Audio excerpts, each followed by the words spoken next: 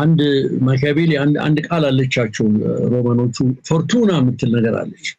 ፎርቱና ማለት አንድ መሪ ፎርቱና አገኘ ማለት ምን ድብል መሰለ የአእምሮ ብስለት ጉልበት እና ሳም ኤክስቴንት እድል በሌላ በኩል ደግሞ ጀግንነት ይጠይቃል። ፎርቱና የሚለው ቃል ኮምፕሌክስ የሆነ ቃል አብይ አህመድ ባይሆን ኖሮ ወያኔን አናሸንፍም ነበር የሚል አቋም ነው ያለኝ።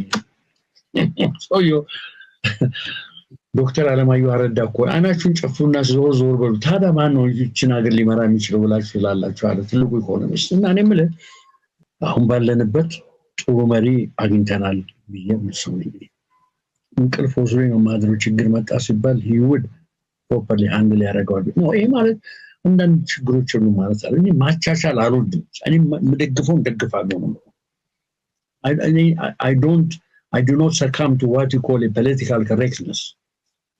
ዝምዲ ነው እዛም እንዲ ነው የለም። እኔ አሁን ባለሁበት ጊዜ አብይ አህመድ ለኢትዮጵያ ጥሩ መሪ ነው የሚል አቋም አለኝ። ሬከርድ ላይ ነኝ።